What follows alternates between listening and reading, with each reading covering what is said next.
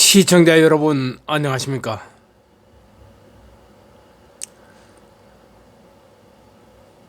지난 열흘 전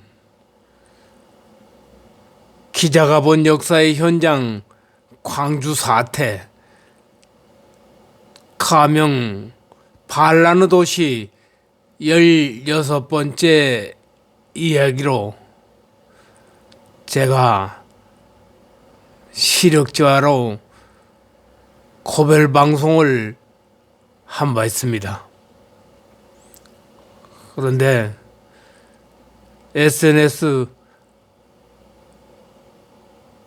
댓글에 많은 독자분들이 방송을 계속해 줄 것을 요청함에 따라서 전 25회 가운데 오늘 17회를 이야기하겠습니다.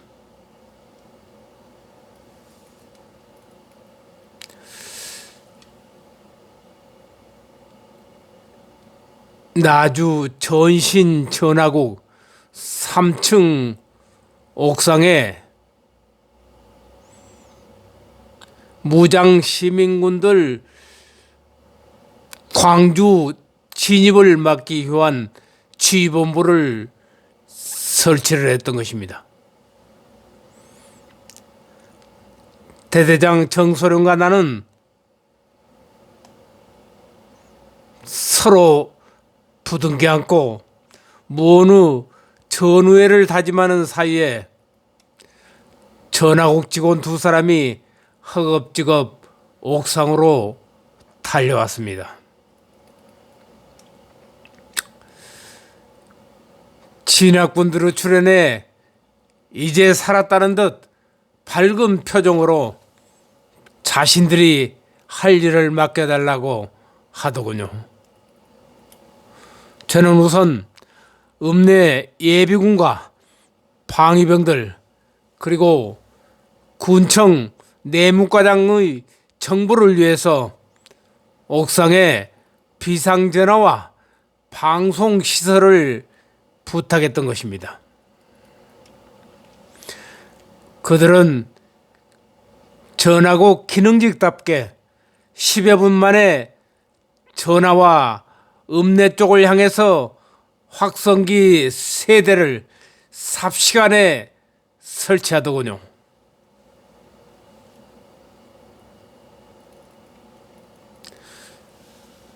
저는 마이크를 두 손으로 움켜들었습니다. 원고도 없는 마이크를 들었지만은 그래도 방송만은 자신 있었습니다.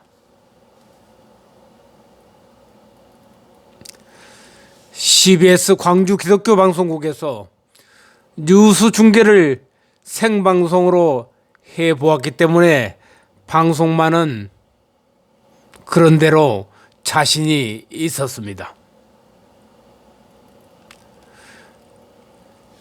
당시에 상대지였던 전남일보는 라디오 방송인 전일방송국을 소유했지만 우리 회사는 방송 매체가 없어서 기독교 광주방송과 뉴스 제휴를 한 터라 마이크와는 다소 익숙한 편이었습니다.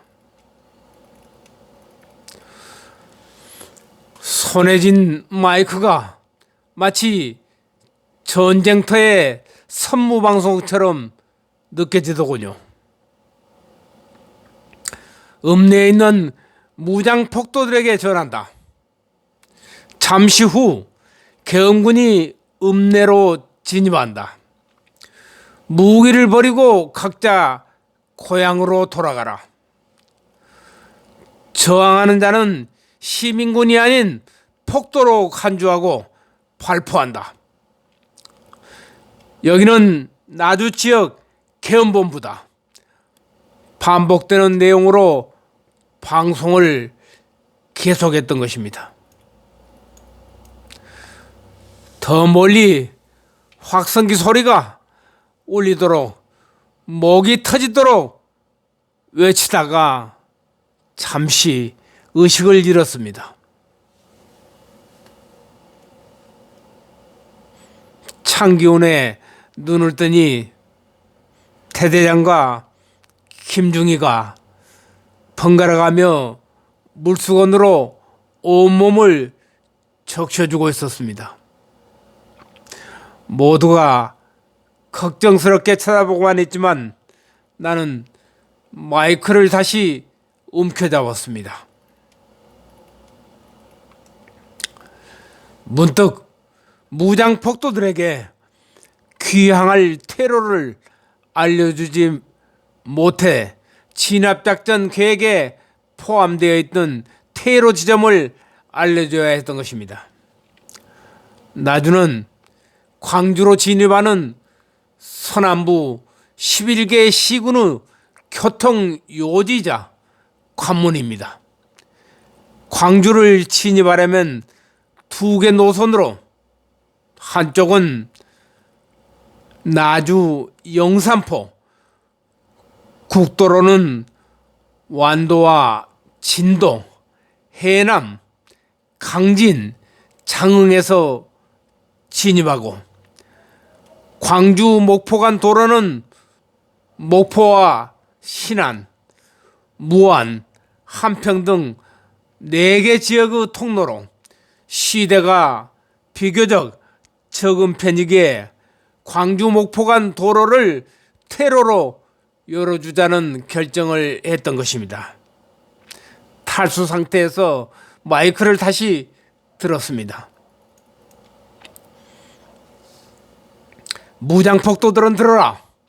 나주 영산포 간 도로는 차단되었으니 광주 목포 간 도로로 퇴각하라. 광목 간 도로는 개방되어 있다. 무기를 버리고 귀향하라. 저항하는 자는 발포한다. 10여 분 동안 똑같은 내용의 방송을 계속했습니다. 방송 이후로 옥상에 설치된 비상전화의 벨소리가 쉴 새 없이 들려왔습니다. 대대장 정소령과 김중희가 번갈아서 전화를 받고 있었습니다. 대부분 읍내 예비군과 주민들이 전해준 시위대의 동향입니다. 무기 반납을 호소하는 방송이 읍내 쪽을 향해서 반복한 지 1시간쯤이 흐르자 옥상 비상전화에서 뜻밖의 제보가 들어왔습니다.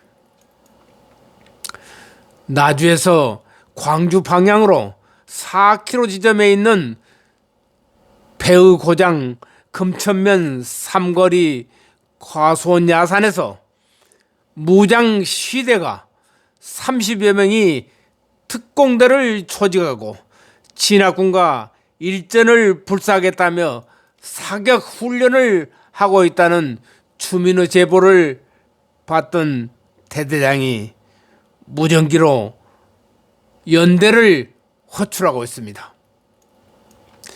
그동안 교신이 투절된 상태에서 무전기가 진압작전 출동 이후 연대와 통신이 가능했던 것입니다. 나주 지역 광주 방향 4km 지점 국도변 야산에서 헬기 정찰을 요망한다. 이렇게 교신 이후 30여 분 만에 전화국 옥상에서 마주 보이는 나주 대교 상공에서 2대의 헬기가 고공으로 선회하고 있었습니다. 그리고 헬기에서는 현지 정찰 중 이상이 없다는 교신과 함께 헬기는 광주 방향으로 되돌아갔던 것입니다.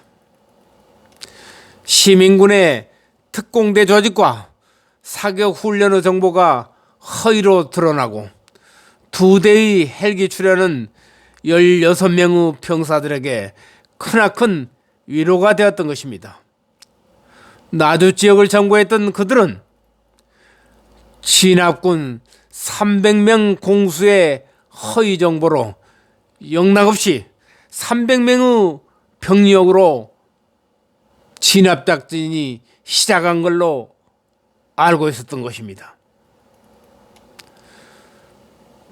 전신 전하고 앞 바리게이트로 차단된 정문 쪽 도로에는 행인들의 발걸음이 멈추었고 한산한 분위기 속에서 긴장감이 흐르고 있을 때 정문 초병으로부터 교환을 검거했다는 연락이 왔습니다.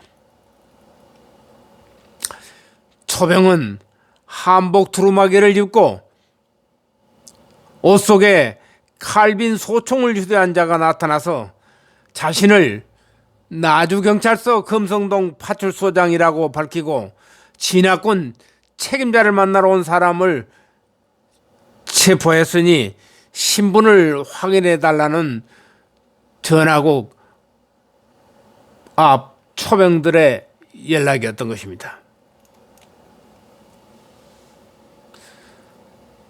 저는 금성동 파출소장의 신분을 방송 중에 내려갈 수가 없어서 김중에게 신분 확인을 맡겼습니다. 김중이 정아묵의 경이라는 성명을 확인해보고 신분증을 확인한 후 칼비 소총을 빼앗고 되돌려 보내라고 당부했습니다.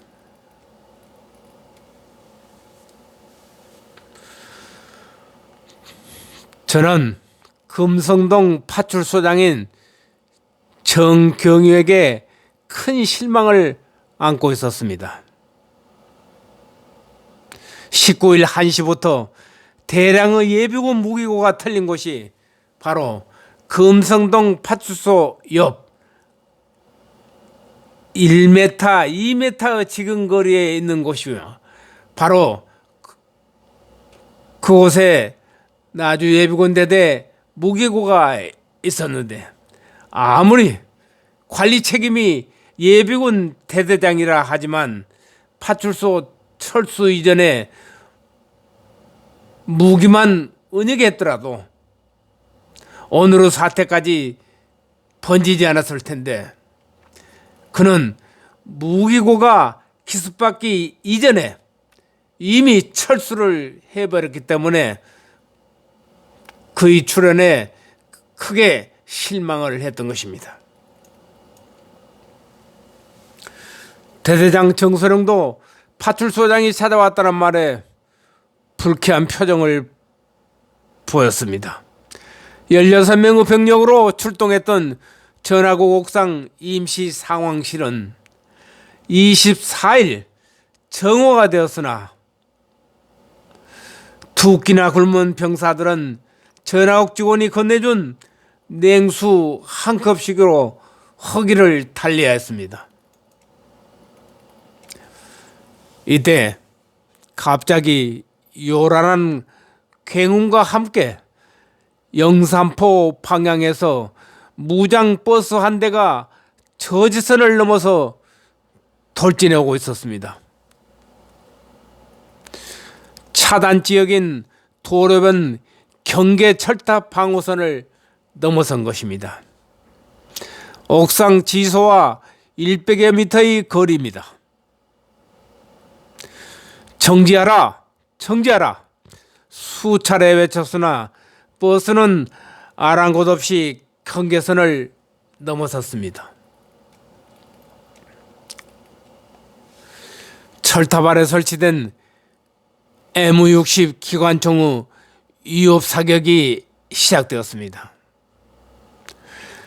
돌진하던 버스가 도로 중심선을 가로지른 채 멈추더군요. 100여 미터 떨어진 옥상에서 지켜본 버스에서는 아무런 인기척이 없었습니다.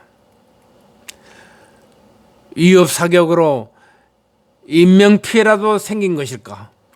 조바심 속에 대대장과 함께 버스를 향해 조심스럽게 접근했습니다. 버스 앞 10여 미터까지 다가선 대대장은 거총 자세로 차 내 폭도들은 손을 들고 차 밖으로 나오라. 몇 차례 고함을 치자 머리띠와 복면을 한 장바르 청년들이 줄줄이 버스 앞문 쪽에서 나오더군요. 두 손을 들고 차에서 내린 청년들은 모두 17명이었습니다. 철탑 아래 기관총 사수였던 김하사와 7, 8명의 병사들은 도로를 가로지른 버스를 갓길 마을 어구로 옮겼습니다.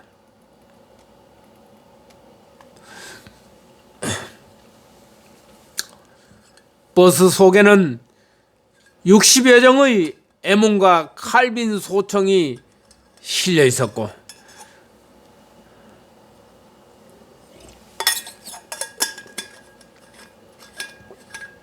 라면과 음료수, 과자와 빵 등 풍부한 식량이 버스 속에 실려 있어서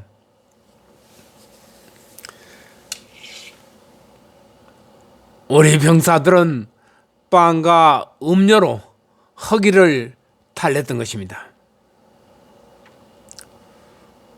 저는 현역병들을 저지선 매복지점으로 보내고 17명의 청년들을 이들은 버스에 영암 시민군이라는 표식을 했었습니다. 그들 17명을 대대로 인솔했던 것입니다. 대대 정문 철조망 부근에 도착하자 부대를 지키던 방위병과 예비군들이 빈 소총을 겨누며 호송 지원을 나왔습니다. 이들은 두 손을 들고 있던 장바르 시민군을 향해서 소지한 빈 칼빈 소총을 휘두르며 화풀이를 하더군요. 내 놈들 때문에 3일 동안 밥 한 끼 못 먹고 지냈다는 화풀이가 시작되었습니다. 흥분된 예비군들을 만류하고 이들을 부대 내무반으로 데려와 당번병에게 인계하고 내무반을 나서는 순간 이들 중에 고등학교 교복 차림 후 학생을 발견했던 것입니다. 저는 학생을 대대장실로 데려와서 어느 학교 학생이냐고 묻자 고향은 영암이고 나주 공공고등학교 2학년에 재학 중인 학생이라며 울먹이더군요. 왜 저 차를 탔느냐는 내 질문에 깜짝 놀랄 만한 사실을 그 학생은 털어놓았습니다. 자신뿐이 아니라 시 차량마다 학생 한두 명은 타고 있고 자신도 저 아저씨들이 차에 타라고 해서 영문도 모른 채 호기심에서 여기까지 왔다는 것입니다. 17살 철없는 고등학생까지 무장 시 차량에 탑승한 사연을 알게 되자 또 하나의 조직이 배후에서 이들을 조종하는 것 같은 느낌이었습니다. 부대를 지키는 당변병에게 데려온 16명의 폭도들을 보호하라고 당부하고 전하고 옥상을 향해서 뛰었습니다. 옥상에 들어서자 정소령이 굳은 표정으로 계엄군이 수십 명의 시민군을 학살했다며 이들이 시민군으로 특공대를 조직하고 일전을 불사하겠다는 협박 전화가 수차례 걸려왔다는 것입니다. 나는 부대에서 면담했던 고등학생의 학교 정문에 사태 17년 후인 1997년 김대중 정권이 들어서자 5.18 단체가 세운 사적배는 이렇게 새겨져 있습니다.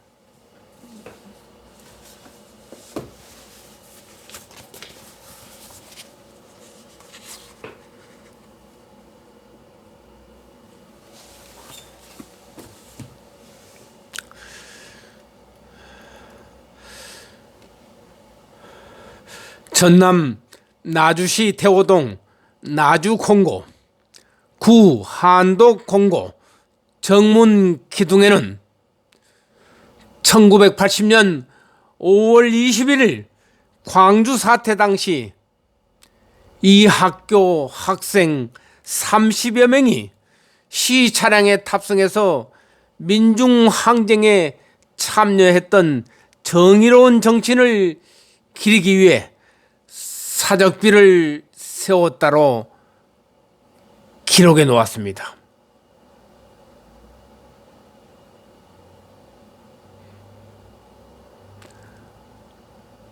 이 사적비 내용 중에 5월 21일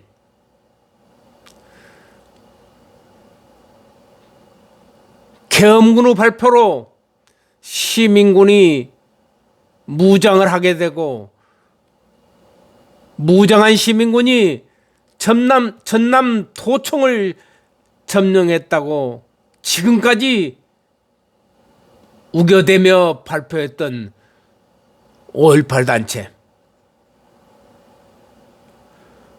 제가 24일 12시 정각 광주 해방구를 지원하러 가는 서남부 16개 시군의 11개 시군의 시민군 1200여 명이 광주 진입을 차단하기 위해서 진압작전을 16명의 현역병과 함께 치렀던